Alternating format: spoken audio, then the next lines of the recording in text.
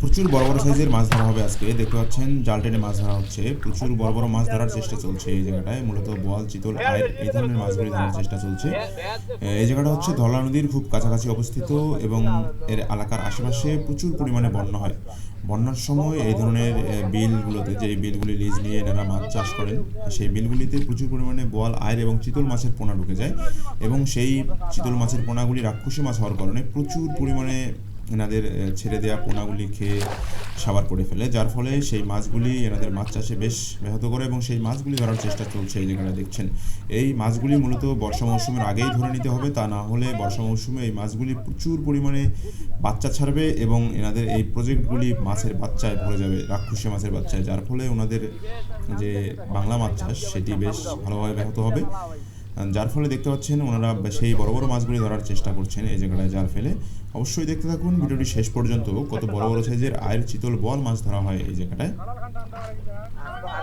দেখতে পাচ্ছেন অনেক বড় একটা কাঁটাল দিয়ে রাখা হয়েছে, অনেক বড় একটা গাছের ডাল। এই ডালের মধ্যে মূলত সেই বড় বড় সাইজের মাছগুলি এসে লুকাবে এবং ডালের মধ্যে আটকে যাবে ধীরে ধীরে।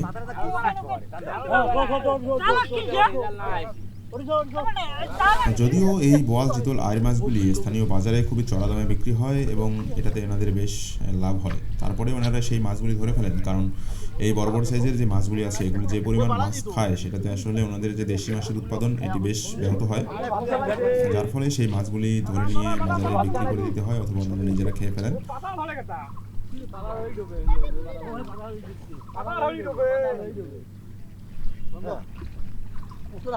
দেখতে পাচ্ছেন জালের যে নিচের অংশটা আছে সেটি ওনারা খুবই সতর্কতার সাথে টানছেন, কারণ এই বল এবং বড় বড় সাইজের যে মাছগুলি আছে, রাক্ষসী মাছগুলি, এরা মূলত পানির মধ্যে মাথা গেড়ে দেয় এবং পার হয়ে যায় কাদার মধ্যে মাথা গেড়ে দিয়ে সেই যে জালের নিচের দড়িটা আছে সেটি তাদের পিঠের উপর দিয়ে চলে আসে, যার ফলে ব্যাপকভাবে চেষ্টা চলছে সেই মাছগুলি ধরার।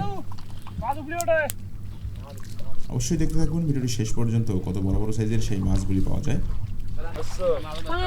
দেখতে পাচ্ছেন জাল মোটামুটি চেপে এসেছে এবং জালটি খুব সাবধানতার সাথে টানা হচ্ছে, যাতে এই জালের নিচের যে গুলি আছে সেটির নিচ দিয়ে মাছ বের হয়ে যেতে না পারে। এনারা মূলত বাংলা মাছগুলিও ধরবেন এবং সেগুলি বাজারে বিক্রি করে দিবেন।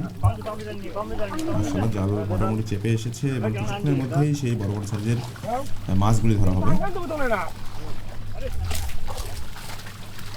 দেখতে পাচ্ছেন বেশ কিছু বড় বড় সাইজের মাছ দেখা যাচ্ছে। আসলে জালের মধ্যে অসংখ্য মাছ আছে। জালের যে সবথেকে বড় সাইজের মাছগুলি সেগুলি মূলত জালের খোলের অংশটাতে আছে।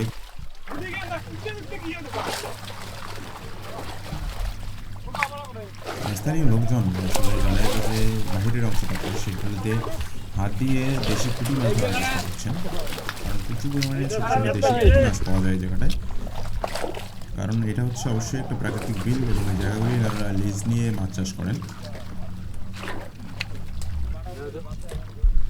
দেশি পুঁটি, ট্যাংরা, গতা, বিভিন্ন ধরনের মাছ এই জায়গায় পাওয়া যায়। জাল ঝাড়া শুরু হয়ে গেছে এবং দেখতে পাচ্ছেন কী পরিমাণ মাছ জালের মধ্যে নড়াচড়া করছে।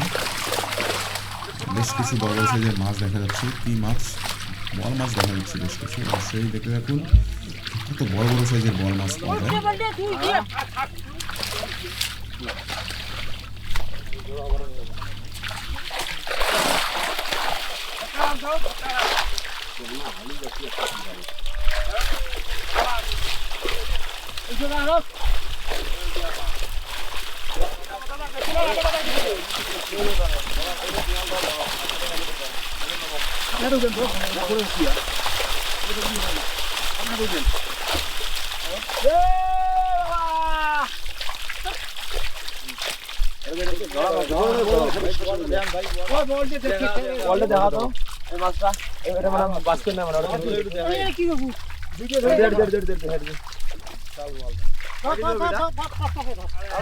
আড়াই কেজি হবে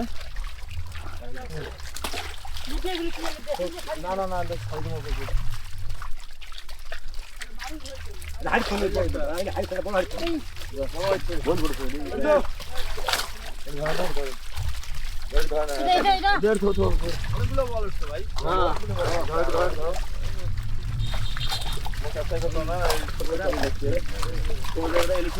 আমি বল ধরি দেখা লাগছে কি ধরি দেখা